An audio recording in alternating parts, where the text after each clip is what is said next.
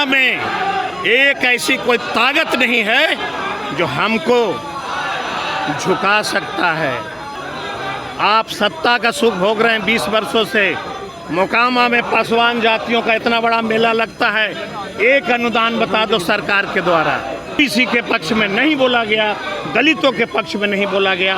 अपनी पाप को छुपाने के लिए इस बात का प्रदर्शन रिजर्वेशन बिहार सरकार ने जातीय जनगणना कराने के बाद 65% आरक्षण का प्रावधान किया था, जो न्यायालय में लंबित है। यूजीसी का जब मामला आया, उसमें ये कहा गया कि कॉलेज में पढ़ने वाले दलित ओबीसी के बच्चे अपने आप को थोड़ा असहाय महसूस करते हैं, उनको सुरक्षा की दृष्टि से ये कानून लाते हैं। उसके बाद सड़क पे विरोध शुरू हुआ। क्या कहा गया?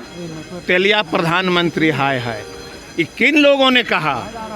क्या कोई दलित और ओबीसी का बेटा ने कहा? नहीं कहा।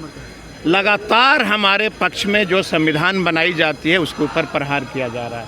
मैंने सदन में क्या कहा कि अगर बेचारे रामविलास पासवान जी जीवित होते तो हम लोगों को, देश के और दलितों को यह दिन देखना नहीं पड़ता।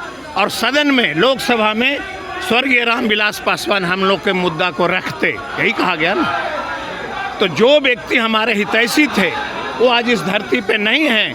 हम लोग को मलाल है कि लोकसभा के अंदर दलित और ओबीसी के पक्ष में बोलने वाला कोई एक लीडर खड़ा नहीं है।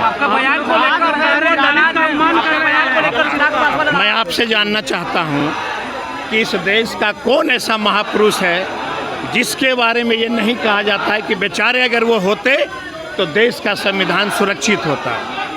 ये कोई अपमानित करने वाला शब्द नहीं है।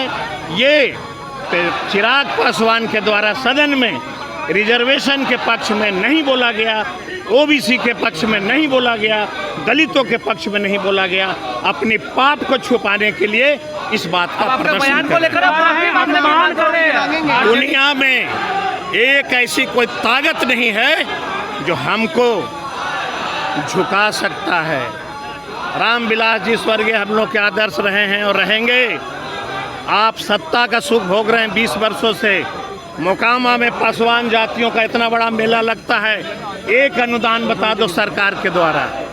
रामविलास पासवान जी की मृत्यु हो गई, जिस दिन मृत्यु हुई उस दिन बिहार की सरकारी छुट्टियां क्यों नहीं दी जाती है? रामविलास पासवान दलित के देश के बड़े नेता थे, उनकी मूर्तियां सदन के अंदर क्यों नहीं लगाई जाती है? किसी चौराहे पे क्यों नहीं लगाई जा सकती है?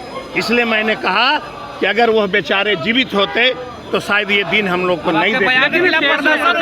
आरजेडी का कल्चर है कि ये लोग, आरजेडी का यही कल्चर है कि स्वर्गीय रामविलास जी की मूर्ति लगाने की मांग करता है तो उनको तकलीफ होती है।